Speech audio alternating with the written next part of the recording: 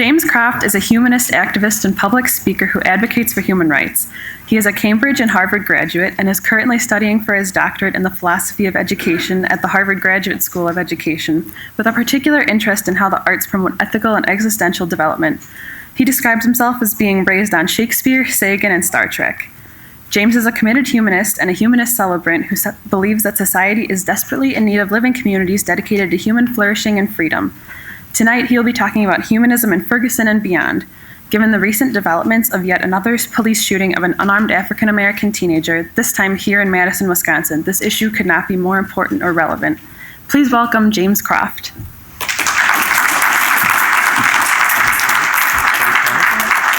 have to shake hands. Is that a formal thing? Good evening, everybody. That was an awesome response. Good evening, everybody. Thank you for that. How do you feel? Good? I feel nervous, to be honest.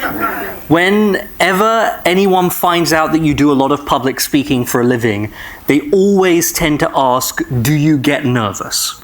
And I will always answer no, especially if I'm on a date. It seems more kind of cool and composed to say that I never get nervous. But that's generally true. I'm usually so excited to speak to an audience like this that I very, very rarely get nervous. Nervousness is usually the last thing I feel. But today I do feel nervous. And I'm nervous because I am a white English guy who is going to talk to you about race and racism in America. So I'm basically exactly the wrong person to talk to you about this. I mean, I'm not just white, I'm vampiric. You know, if I go out in the sun, I turn into a little pile of ash, and you have to scrape me into a grave so I rise again the next night. I haven't personally experienced the injustices and oppressions that I'm going to talk to you about today. So I want to start with a disclaimer. I am not a leader of the Black Lives Matter movement, which grew up in Ferguson and which has been led by people of color, particularly young people of color, and particularly young women of color from the start. I'm not here to represent that movement or as an authority on it.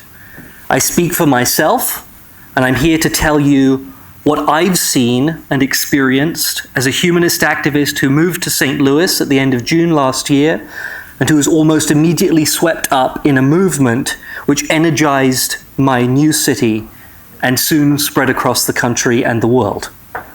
I speak from my own perspective as a white gay man, and I'll be speaking mostly to the white people in the audience, although I hope what I say will be relevant to everybody. I want to tell you why I think what's happening in St. Louis and in the country right now is important, and why anyone who considers themselves a humanist or a free thinker should drop everything else they're doing and get involved right now. Does that sound okay? Okay. So this is the story. I moved to St. Louis at the end of June to work at the Ethical Society of St. Louis, a humanist congregation in the suburbs of that Midwestern city. Here it is, with its distinctive spire. Our building is affectionately known in the area as the Witch's Hat, or at least I think it is affectionate. I hope so. On a bright day, when you enter the foyer, the sun streams in through the multicolored windows, casting rainbow patterns on the floor and streaking your body with colored light. When you move through the foyer and into the meeting hall, you're struck immediately by the sense of space, the seats which stretch out on either side, and the wide stage which beckons in front. Then as you walk down that central aisle, as many couples have done during their wedding ceremonies, your eyes are drawn upward to where the great vaulted spire lifts into the sky. This is the Ethical Society of St. Louis, where I now work. Now, if it looks like a church, that's because in many ways it functions like one. We gather on Sunday for inspirational presentations and music. We host potlucks and trivia nights and dances. We march in rallies and try to be of service to our community. We recognize the turning of the seasons and mark important holidays. We have a wonderful youth group filled with kind of wacky kids. This is a candle lighting ceremony we do every holiday time around the Christmas period. This is someone celebrating what looks like Pirate Moustache Christmas Day We marry people, we remember our friends when they die. We welcome babies into the world. In fact, I'm doing my first baby naming ceremony next month, and I am so excited. I've decided to call him James. Actually, I don't get to choose the name, but I did tell a friend of mine recently that I was about to do my first baby naming ceremony, and he said, "That's amazing! What are you going to call it?" And I was like, "No, darling, you're so pretty, but no." The position I'm training for is called ethical culture leader. That's our equivalent of clergy, and I will perform, when I'm trained, many of the same functions as the leader of a congregation in a traditional religion, except without a magic hat or magic underwear or any magic at all. My authority, if I have any, comes not from God, but from the trust the community puts in me to help us explore some of the biggest questions of human existence. Why are we here? What's going on? How should we live? Our community exists to provide a welcoming home for humanists, to inspire ethical living, to promote the equal dignity of all people. And on every Sunday, a member of our Sunday Ethical Education for Kids program stands on a box so they can see over the podium and reads a statement of our community's core values, which begins, "Every person is important and unique. Every person deserves to be treated fairly and kindly." That's why I left Boston and Harvard, where I studied for 7 years, and moved to St. Louis. Less than 2 months after I arrived, Michael Brown, an unarmed black teenager, was shot and killed by Darren Wilson, a white police officer. I was out of town at a meeting of the World Humanist Congress in Oxford, England, and I heard about the shooting and its aftermath, the protests and the sporadic violence and the police response on the news. The importance of what had happened did not hit me then. If I'm totally honest, while I was and remained horrified by the shooting, I was surprised at the reaction of the community. I thought, doesn't this happen all the time? Another black man killed by the police? And perhaps some of you have had a similar reaction. Then I went to a vigil for victims of police violence, which had been organized in response to Brown's shooting. Me and a small group of humanists went down to the campus of a local university, carefully lit our candles and shielding them from the wind, listened as person after person of color spoke about their mistreatment at the hands of the police. And behind them hung a banner of names listing black people unjustly killed by the police, and most of them I had never heard of. Because this is an issue which doesn't touch my life directly. The fact that it was happening to other people hadn't even registered with me. Then one young woman, a college-age, or perhaps a little older young woman, talked about a time when she was pulled over on the highway for no reason she could tell, and as she was pulling her car to the side of the road, thought to herself, "I hope I get out of this alive." And as she told that story, there were tears in her eyes. It hit me then, stronger than it has before, that I don't have to think like that. As a relatively affluent, young white person who identifies and presents as male, with a charming British accent and a fairly mainstream, though fabulous sense and fashion, I don't generally have to have any interactions with the police at all. I go through life hardly thinking about the police, except in situations when things go wrong, and then I feel comfortable calling on them to help me. While it's certainly possible that I could be the subject of abuse of power at the hands of police, as a gay man, that's perhaps I'm more vulnerable than some people. It's not something that's part of my everyday experience or part of my mindset. When I speak to the police, they call me sir. They ask me how they can help. I'm not an immediate suspect. I'm a citizen to be protected and served. And that is the sort of experience that everybody should be able to expect from the police. No law-abiding person should fear the police as a matter of course, and no one, including people who have committed crimes, should fear summary execution on the streets of our cities. No one should have to think if they're pulled over on the highway, "I hope I get through this alive." Yet that was the common experience shared again and again at this small vigil. And I realized in that moment that I had become, to some extent, normalized to state violence against people of color. That thought I had when I heard the news of the shooting, doesn't this happen all the time, was evidence of that. Yes, this happens all the time. And that's why people were protesting. Because it happens all the time. Because so many people like me, read the news of shootings like that of Michael Brown and think, oh, that's sad, and turn the page. By the time I returned to St. Louis, two things were clear to me. First, that the protests which began immediately after his death were not going away. And second, that I and my community had to do something about it. If the humanist commitment to equal dignity is to have any meaning at all, then it absolutely has to mean that people of color can expect to live their lives in a way that the police recognize they matter as much as white lives do. So I began going to meetings with local activists and clergy who were part of what was quickly becoming a large and well-organized protest movement in the city. And through those meetings, I was connected with the movement, and it gave me many opportunities for activism.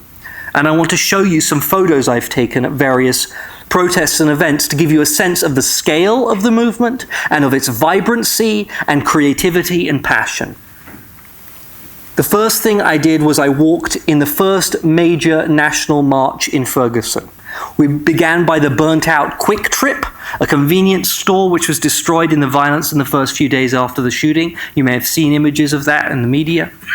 And then we marched together to the site of Brown's death. There were hundreds of people. That's a sort of 360 panorama shot. People chanting and singing and marching, holding all these banners. This is them traipsing down to where Michael Brown was killed. And by the time we reached the street where Brown was shot, the line of marchers stretched as far as I could see. And this is the memorial to Michael Brown, built by family, friends, and a shocked community. And on that, around it, on the ground, you could still see the bloodstains. You can see them in that photo. People stood in a ring around the little mound of flowers and toys and candles and messages and paid their respects to someone they had never met. Most of them. Later, the protests moved downtown. A call went out throughout the country to march on the seat of city government, and groups from all around America heeded it. We had religious groups and political groups, there's the socialists out there, and a small, proud contingent of humanists from the Ethical Society, which got bigger after we took that photo. They were all spread out throughout the crowd in lots of other different groups too. And one of my strongest memories from the day is the image of this puppet with the hands up, don't shoot pose that has become popularized as a means of protest during the movement. And we got lucky and we were positioned behind the puppet as we were marching, and you can see our little flag and our symbol there as we were marching down to the State House. And these marches and rallies were extremely well organized and well managed. I want to stress that because some people may have gotten the idea through the news coverage that there was basically chaos all the time, and that is not true. There were moments of tension, there were some very small moments of violence, but most of it, in my judgment, was provoked by the police.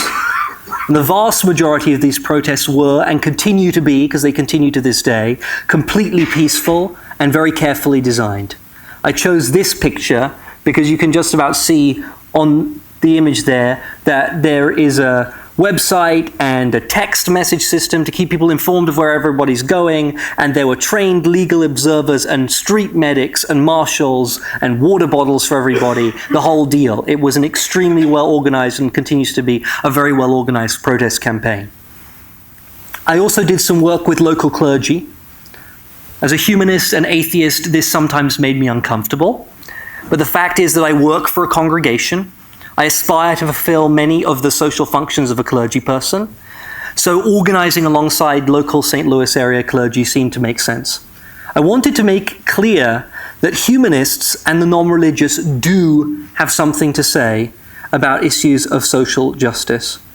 So I went to a lot of clergy planning meetings and worked in a lot of churches and learned from rabbis and priests and imams and sat in lots of prayer circles.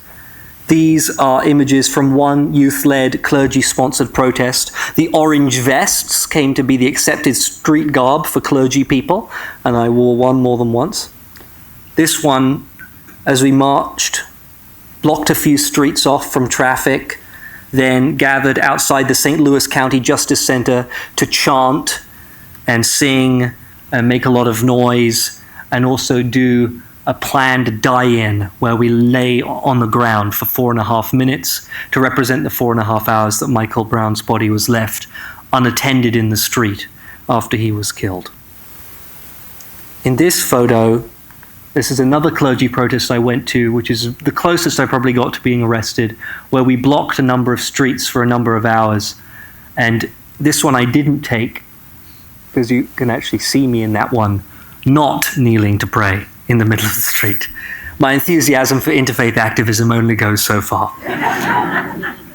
So in addition to these on-the-ground protests, I began also to volunteer behind the scenes for jail support. At the height of the protests, so many people were being arrested that they established a 24/7 phone line staffed by volunteers like me, which you could call anytime you got arrested. People would write the number on their arms, and they still do. We would take your details and, if possible, arrange bail and a trip back home. And the sorts of calls we would get shocked me. These were often very young people, often people who had not been engaged in much activism before, teenagers and early 20-somethings, and frequently they would report mistreatment by the police. They charged me with burglary because I ran and hid behind a building after they fired tear gas. They snatched me off the street and locked me in a van all day without charging me with anything. They rounded us up after we had dispersed. They targeted women to enrage the men. They dragged me out of my wheelchair. They beat me up. I've had a lot of physical abuse by police of protesters. Our bail runners were turned away from the jails, even though they had the money to get people out, on the flimsiest, totally made-up grounds. Our jail support office, where we literally sit and answer phones all night, was surveilled by undercover police. We would go out and say hello to them every time we saw them out there. Protesters were systematically denied public defenders on the grounds that because we had paid their bail, they clearly had enough money to afford a lawyer. Now try and get your head around that one for a moment. It doesn't make any sense, but it was the stated policy for a while in some of our county jails that they wouldn't provide a public defender to people if we had paid their bail out of the charity money we had raised. Police misconduct was everywhere. They were overly aggressive, turning up in riot gear and armored cars at the slightest provocation. They fired rubber and wooden bullets into crowds of peaceful protesters, sometimes causing astonishing wounds. In one terrifying incident recorded by human rights observers from Amnesty International, including some of my personal friends, like my friend Rachel here, who's in the gas mask, a group of peaceful protesters were prevented from leaving an established sanctuary space as police fired tear gas canisters directly into the exit and entrance of the building, in violation of every fire regulation ever. Amnesty reported that their observers were targeted and recorded the incident from inside the coffee shop, tweeting images like this of protesters with red eyes and mucus streaming down their face as the gas progressively fills the room in the background. It was clear that in their eyes, in the eyes of the police, the protesters were the enemy. Not citizens, not people they had sworn to serve, not their employers, but the enemy. And for a while I was pretty involved in protesting stuff like that. One particular day, I was up early in the morning to block some streets with some clergy colleagues, and then as I got back home in the evening, found another protest happening right outside my apartment. So I jumped out of the car, ran down the street, and joined in. And this I took at an intersection 2 blocks south of my apartment building, taken over by St. Louis and Ferguson youth. A friend of mine who sometimes visits the Ethical Society was hit by a car during that protest. Purposefully drove into them. The last actual protest I went on was on Christmas Eve, almost 3 months ago now, a candlelit vigil in response to the death of Antonio Brown, another youth who was killed by police. It was held on the steps of the Cathedral Basilica of St. Louis during their midnight mass, and was a call to peace. I said it was held on the steps, but actually it was held on the sidewalk. The cathedral staff came out and shooed us off the steps and called in the riot police. More than 40 of them. Yes, on Christmas Eve, one of the largest Catholic cathedrals in America decided to place a police line between itself and peaceful vigil keepers upholding the dignity of all people. I love this photo from that protest. White silence equals violence.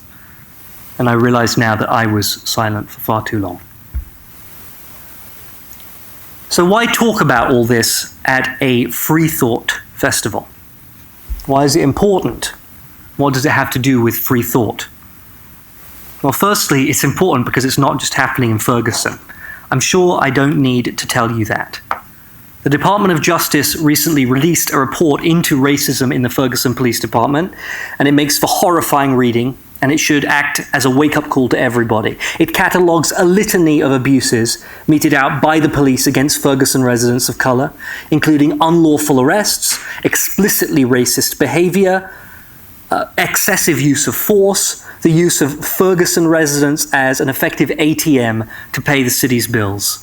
One quote from the report: "Many officers appear to see some residents, especially those who live in Ferguson's predominantly African-American neighborhoods, less as constituents to be protected than as potential offenders and sources of revenue." As CNN reported, only African-Americans were bit by police dogs.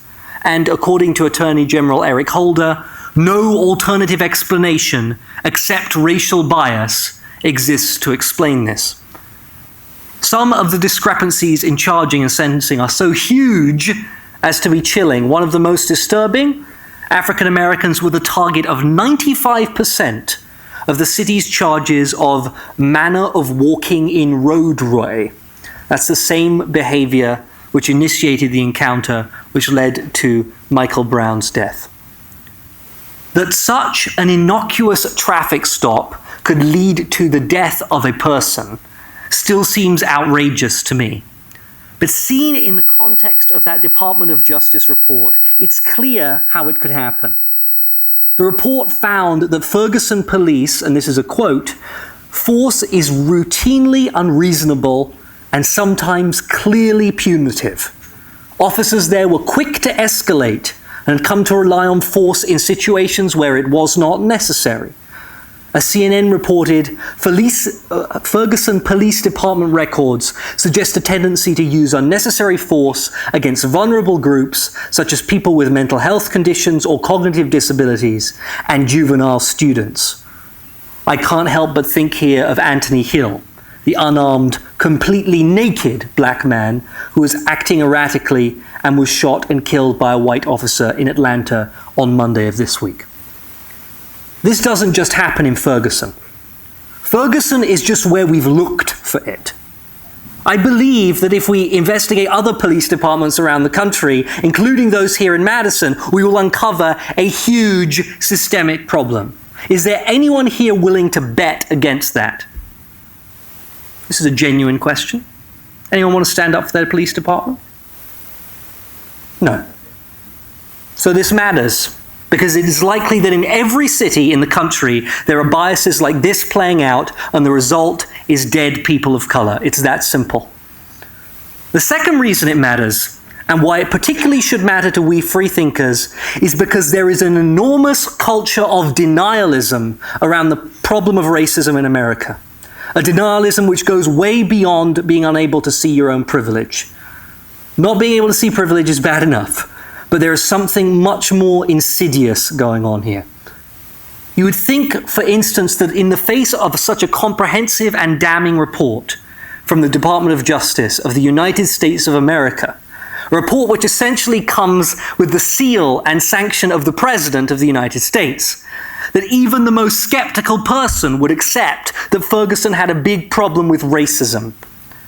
But what was St. Louis County Prosecutor Robert McCullough's response to the report? No one is saying there haven't been instances of racial profiling and other profiling, but to suggest that somehow it's all that goes on out there, in fact, does a great disservice to everybody. You almost have to cry, right? That sort of reaction is very common. I know this because I've heard it from my white friends and colleagues and acquaintances. I've seen it all over Twitter and Facebook. I've received emails about it, and in one charmingly old-fashioned instance, a handwritten letter. And if you're a person of color, I imagine you hear it all the time. It's sort of an aggressive denial of the reality of racism in America. When you dig beneath the surface of that attitude, you quickly realize that it can only be sustained through a kind of extreme egotism and intellectual dishonesty. The argument, if there is an argument, behind such denialism goes something like this. Because this stuff doesn't happen to me, and because I've never seen it, therefore, it possibly cannot happen to anybody else. It doesn't fit my vision of how I would like to see the police, or my city, or my country, so it can't be true. It's the same sort of thinking, ultimately, that enables men to deny that sexism exists, and straight people deny that homophobia exists. Oh, I've played lots of League of Legends, I'm a gamer, and no one has been sexist to me. No one's ever called me a fag online, except as a joke. So the first thing I would urge you to do, if you want to be an ally and fight for freedom alongside other people, is learn how to listen to them and trust what they say about their own experiences. These things really happen. Deeper than this egotism, though, is the disturbing fact, and I think it is undeniably a fact, although an uncomfortable one, that many white people have bought into a set of extremely damaging cultural and social stereotypes about people of color. We have come to believe what our own racist myths tell us. We hear statistics like 95% of the city's charges of manner of walking in roadway were brought against people of color, and we think for a split second, well, maybe they walk all over the road more than other people. You think that happens sometimes? We read only African Americans were bit by police dogs, and part of us thinks, well, perhaps only African Americans deserve to be bit by police dogs. Perhaps they don't just act like upstanding white folks. Perhaps they're not like us, not as good.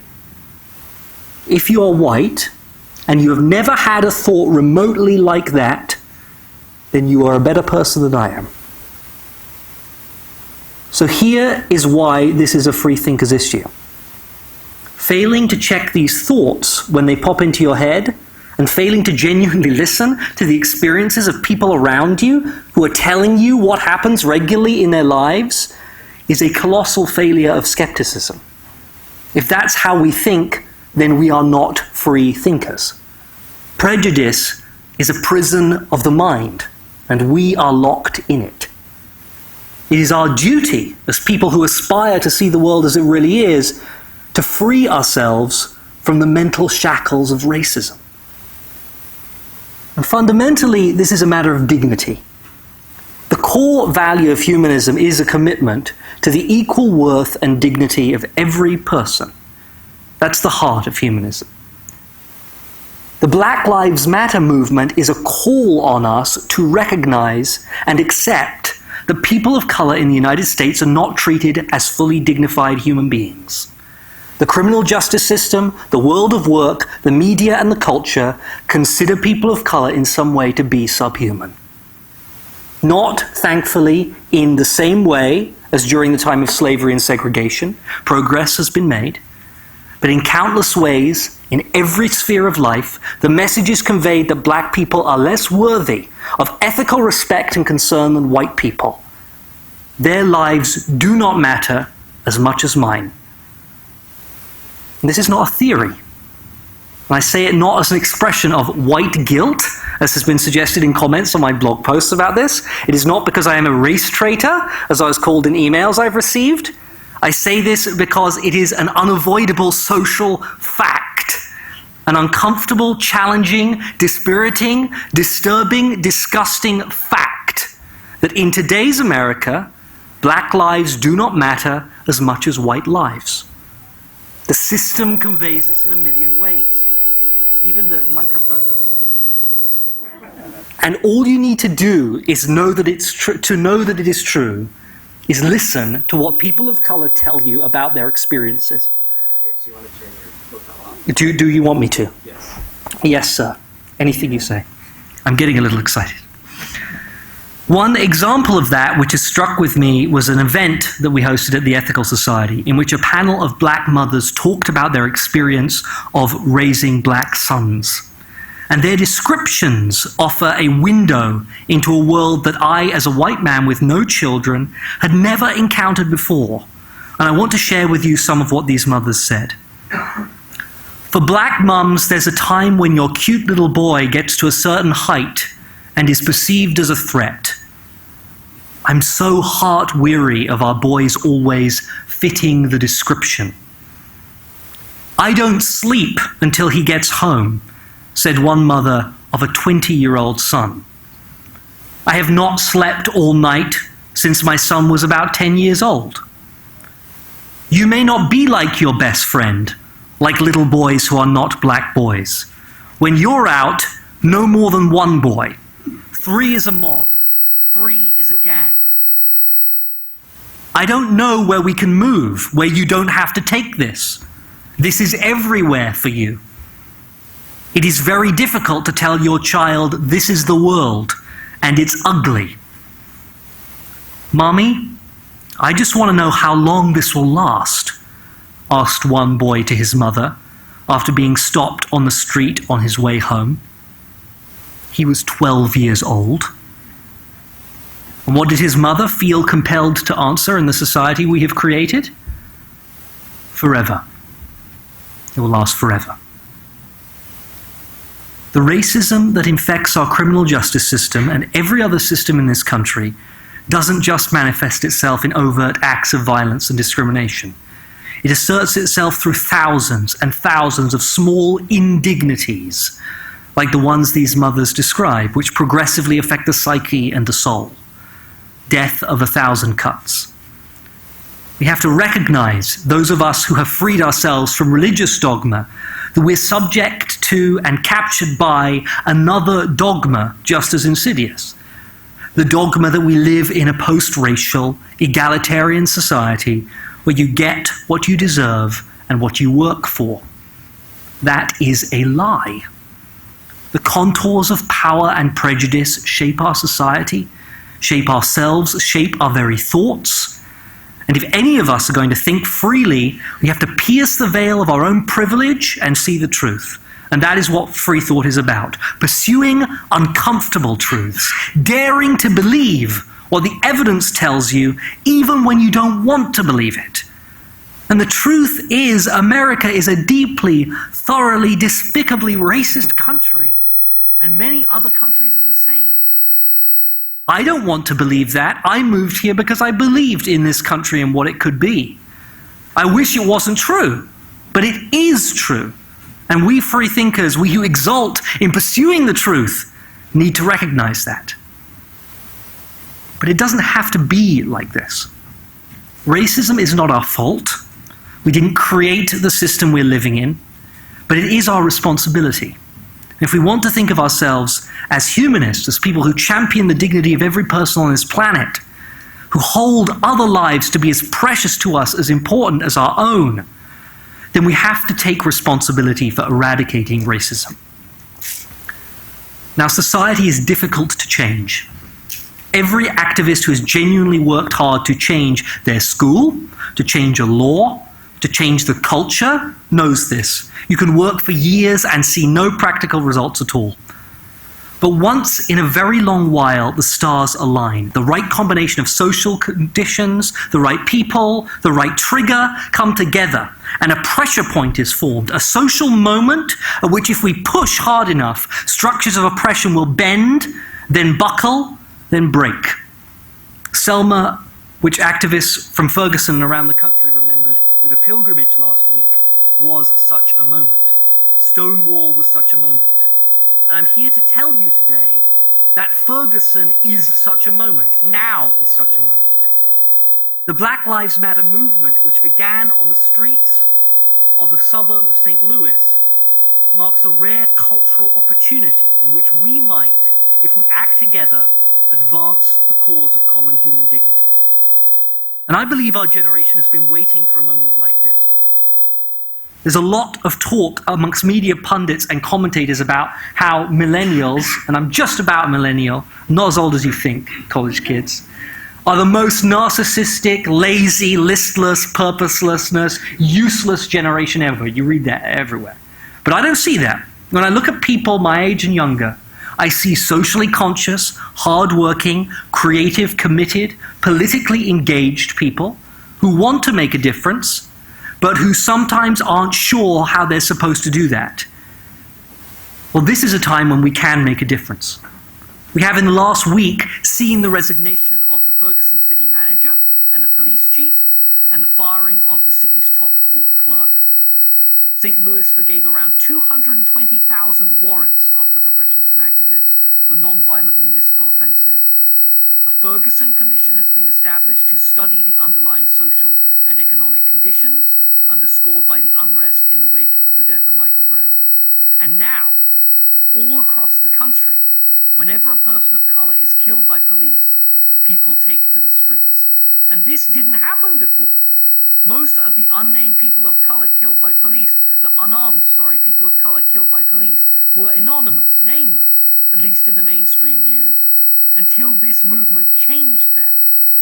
I said at the start of my talk, the very first action I went to was a vigil, remembering the lives of the many people of color who have been shot by police in the past few years. And I said that behind those speakers there's a banner on names, and I didn't know a single one. Well, now people are going to know the names. People are going to know the names of Michael Brown, and Antonio Brown, and Anthony Hill. The movement has already shifted the register of the public debate about race. It's already making a difference. And we freethinkers can be a part of that.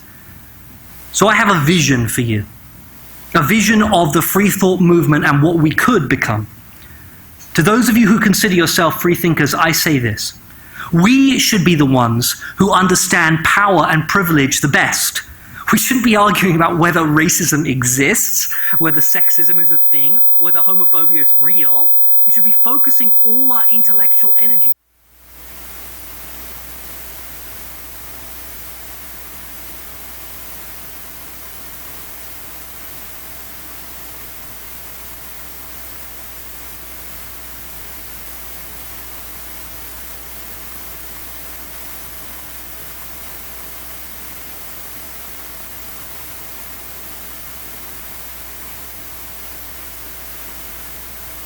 Instead of hosting a debate, wow, that's exciting, I'm suddenly God. Instead of hosting a debate between William Lane Craig and Richard Dawkins, we put the same money and time into pulling together a panel of experts on prejudice and oppression to learn what we can do about it. What if instead of wringing our hands about why there are so few people of color in our student groups, we got out there and marched alongside people of color in the streets? What if we free thinkers were known on campuses and local communities around the country as people who would stand up when oppression threatens their fellows? What if we became champions of dignity? Now that would be a movement I would be excited to be part of. And now the opportunity has come right to your doorstep. As I'm sure you know, 1 week ago today, Tony Robinson, another unarmed black man, was shot and killed by a white police officer. Now the streets of Madison ring with the same chants that we began to hear months ago in St. Louis. Hands up, don't shoot! Hands up, don't shoot! The same slogans are on signs and t-shirts here as I've seen back home. The same energy is in the air. The same power is building. And around it, the structure of racism warps and buckles. Push hard enough now, and you can make a difference. In the words of one of those black mothers at the Mother to Mother event, we've created this society we now live in. This is our problem. The good people got to stop hiding. Let's be the good people. Let's stop hiding. Let's be champions of dignity. Now's your chance.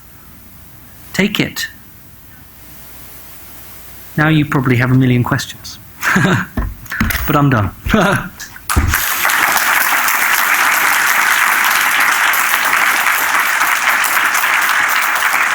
We have like 5 minutes, right? 5 minutes is plenty of time. We have about 5 minutes. If you want to ask a question, there are microphones in the aisles. You can step up if you want to. I'll try and be very quick. One-word answers. Oh, I answered everything that could possibly be asked about this topic. Excellent. Our next speaker is going to ask a question. Hello, next speaker. It's a privilege. Are they on? I just wanted to say that you have me in all sorts of tears. I'm very moved by everything that you told us this evening, and I heard that your solution is to listen. So if the marginalized group or minority, I'm without words right now, I'm saving them for later, is telling us that there is a problem, that the solution is to listen to them and trust what they're saying. Any other solutions? Well, I think that's part of a step into unraveling your own, like, the box that the culture has put around your own mind. And I really have to be totally honest with this. I'm not good at talking about these issues. I've become a lot better in the last few months. But I used to be one of those people who went to conferences and be like, well, I'm a humanist, and that means we should treat everyone as humans. And we shouldn't talk about race, because that's dividing people. I used to say that in conferences and stuff. Years ago, but I did say it. The first part, well, for me, it's difficult because not everyone have this experience. The first thing that helped me really come to terms with the nature of oppression is coming out of the closet and experiencing it myself. It sucks that not everyone gets to experience something like that, or does it? I'm not sure. I'm 50-50 on that.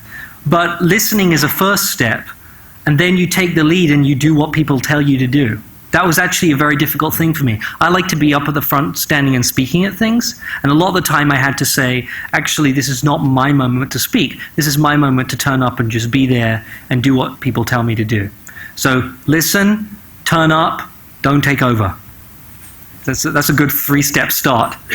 But I'm not an expert, I promise. I mean, this is just what I've tried to do over the last few months. Mark, do you have a question? Oh, yeah, go ahead, sir. Do I need the microphone? Or if I talk loud, is that okay? I can give this. Is that on? Yes, okay. I have a question. I was arrested when I was 16. I was in jail down on Center Street with white people, Hispanic people, and black people. Most of us who were sitting in the cell were figuring out ways to bullshit the police about the fact that we hadn't really done what all of us had actually done. Most of it was drug-related stuff. We shouldn't have been in jail in the first place, of course, but we were. There's a word that has entered the popular parlance, gaydar. Well, I guess putting that word aside, how do you find a way when you're dealing with strangers, be they black, white, Hispanic, gay, straight, or whatever, how do you create a bullshit dar, meaning to know when people are lying to you? Meaning, I've met many strangers who've told me many things, and I just don't know when to believe it as a skeptic and when not to believe it, be they black, white, or Hispanic, or whatever. I think I understand the question, which is, well, how do we... I see underneath your question, how do we know these people didn't do the things that they are being told that they did? We're being told that they did. So I have to say, I think, and I've engaged in a lot of discussions like this, I actually think at this point that it's kind of irrelevant. I mean, it may be important for your own sense of personal safety or something like that in a particular situation, but the systemic problems are so broad and enormous that we're getting way more, I can't figure out the way to phrase this in my mind, we're getting way more false negatives than false positives? Is that a way to put it? Like, the system is totally broken. And I don't think that we should look at individual cases so much and say, well, maybe this one's okay, maybe that one's not okay, this person deserved to be shot, this person didn't deserve to be shot. Because the problem is way bigger than that. When we have a criminal justice system which is so manifestly unjust, we have to fix that system first. Then we can start talking about, when it's really a fair system, I think we can get down to talking about who did what to whom. Because frankly, I've had my faith in the criminal justice system totally destroyed by this whole experience. I don't believe that it treats anybody fairly. And it's heartbreaking to think that, because I didn't, I used to be one of those people. I like government, and I like being a good citizen, and I like going up to police officers and say, hello, officer, thank you for your service, I can't do that anymore. Because what I've seen really sickens me. And we've got such a big problem that I feel like let's fix that before getting to the question who did what to whom on an individual level. I'm not sure if that's a satisfactory answer, but that's how I feel right now. We have to move on. Yes. I will be around after this, but I'm going at 5:30 a.m. tomorrow morning. So if you want to ask me a question, please ask me tonight, because otherwise I won't be here. Thank you so much for your time. Another round of applause for James.